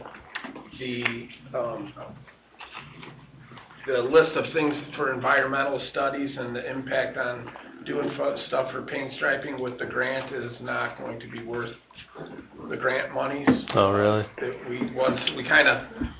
Don applied for those, we got them, but then when they got the requirements, you had to do all kinds of environmental studies, and basically, to get $20,000 grant, we had to spend $15,000 on environmental studies, and then... For striping? Yes, for striping, it was very... Road signs and, signage and striping, but it was... This is something different. This is, like a little rumble. Oh, I strip, understand. Like up here Yeah. at the fire Yeah, station. that was where that, I don't remember where they exactly were for, but it ended up being, we just kinda said Okay. the juice wasn't worth the squeeze for the grant, because we weren't gonna get...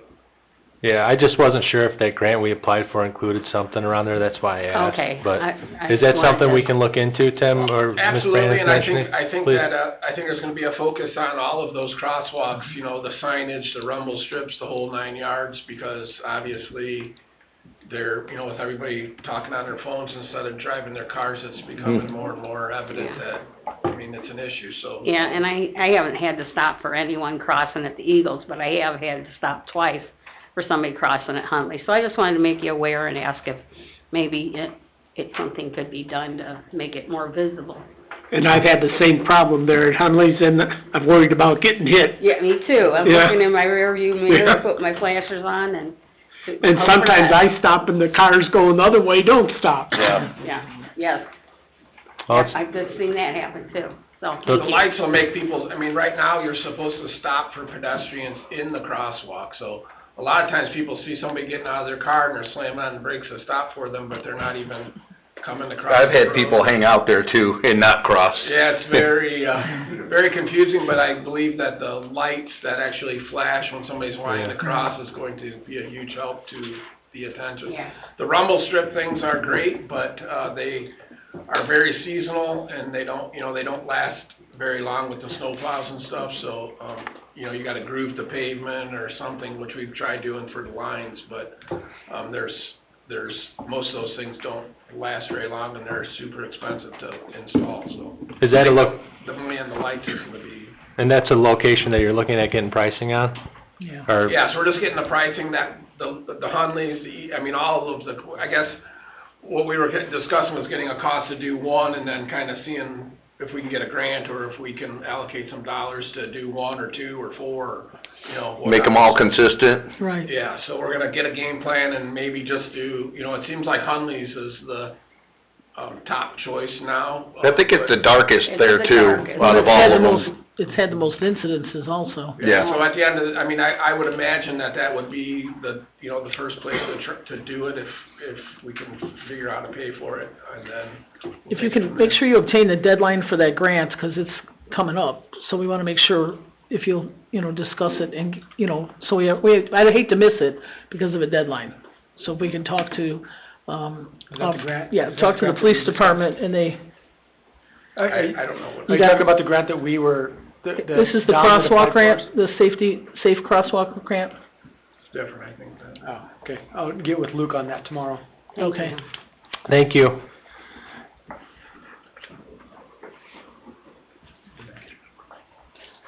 Hi, Hello.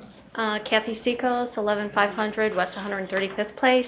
Not to bring up Muir Street again, but I just have a couple questions. I appreciate the stop work order going through, but I guess what would be the procedure or process after that? I know you mentioned going through the engineering drawings and the other documentation, but if there would be any change where you would allow work to go through again, would you have to approve that through a meeting?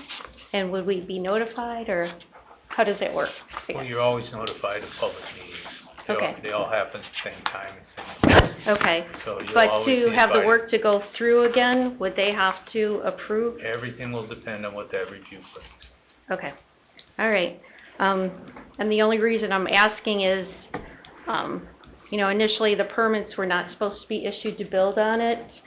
And then that happened, that they went through anyway, and then they weren't supposed to be able to do anything past the rough fill, and now it's under roof.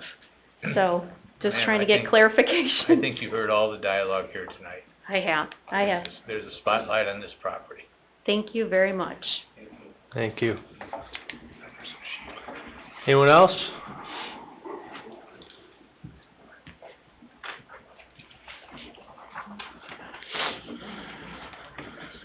Good evening, ladies and gentlemen. Good evening. Luke.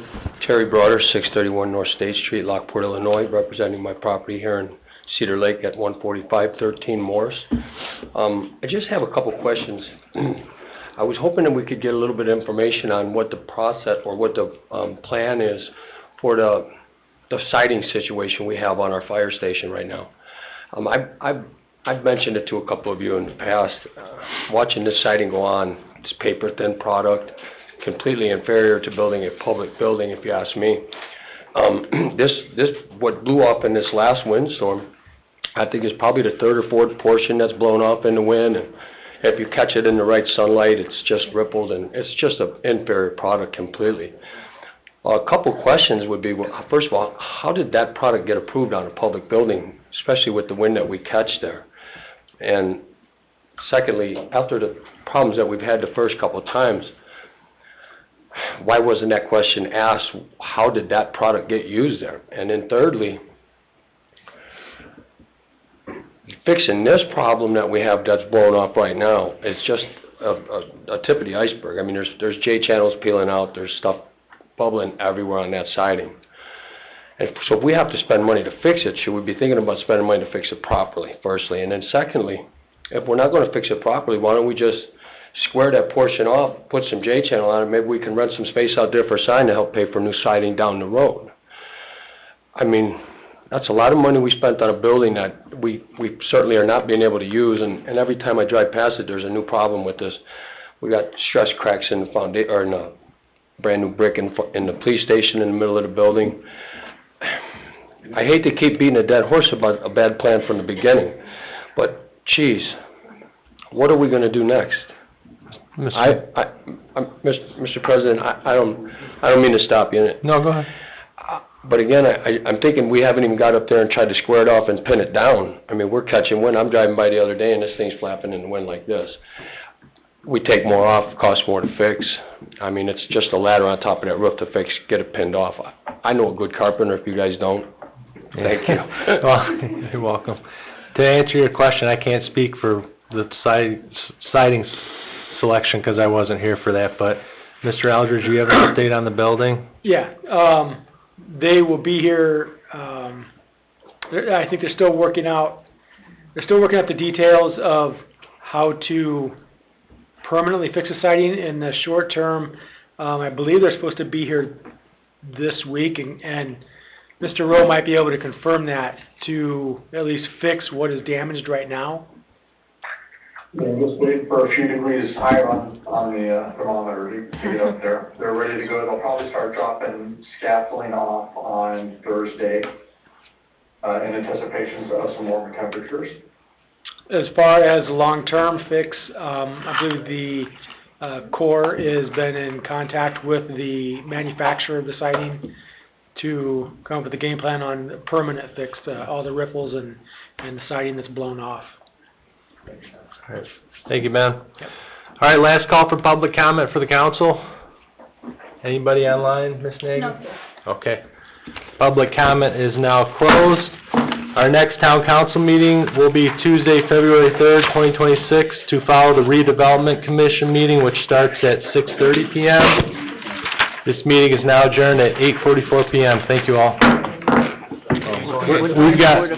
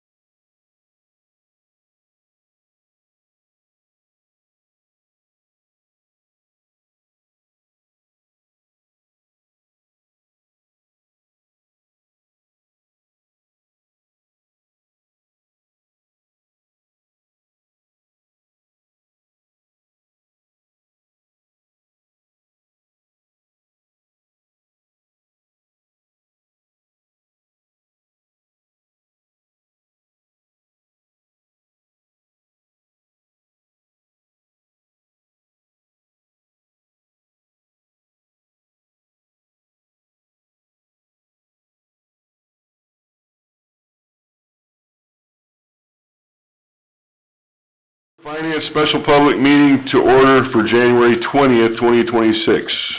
We'll stand and pledge allegiance to the flag. Pledge allegiance to the flag of the United States of America and to the republic for which it stands, one nation, under God, indivisible, with liberty and justice for all. Roll call, please. Robert Carnahan? Here. Julie Rivera? Here. Nicholas Rotupido? Here? Chuck Becker is absent. Greg Parker? Still here. Mary Jo Dixon? Here. Richard Thiel? Here. Jen Sandberg is absent. I'm Margot Nagy. Ben Eldridge? Present. David Austin? Present.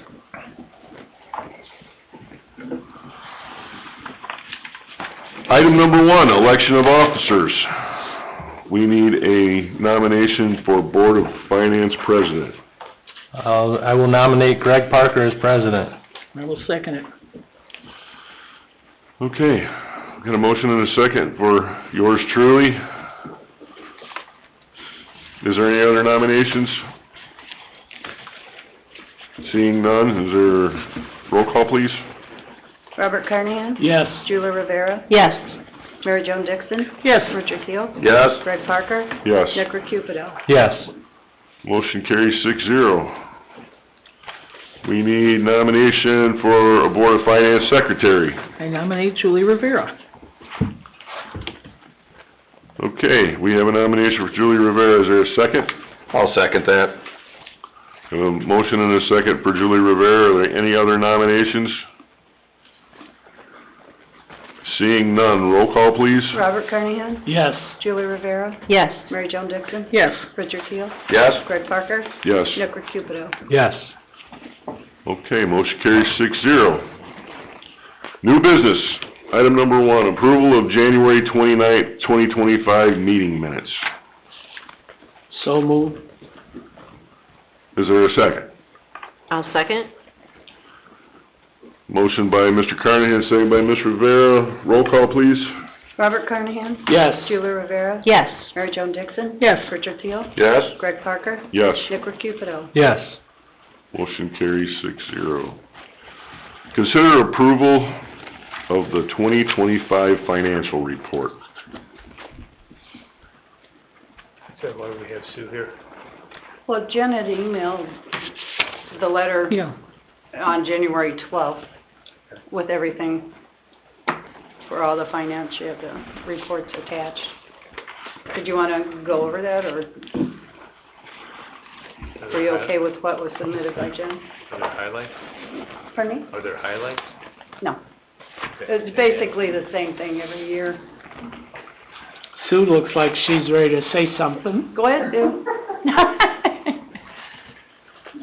Keep in mind, gentlemen, ladies and gentlemen, excuse me, that, the annual financial report will be filed, I believe, March the 1st, Margot? Yeah, it has to be by March. That is with the Department of Local Government and Finance that State Board of Accounts uses. So any report that you have gotten that Jen has done, it could be changed. But since we are required to have this meeting in the first month of the year, that you get the 2 date numbers. Okay. Does anybody have anything else? I'll make a motion to approve the financial report. Motion by Mr. Recupido. Is there a second? I'll second. Second by Mr. Teal. Roll call, please. Robert Carnahan? Yes. Julie Rivera? Yes. Mary Jo Dixon? Yes. Richard Thiel? Yes. Greg Parker? Yes. Nick Rotupido? Yes. Motion carries 6-0. Is there any public comment for the Board of Finance meeting? Come on, public. Seeing none, we are adjourned.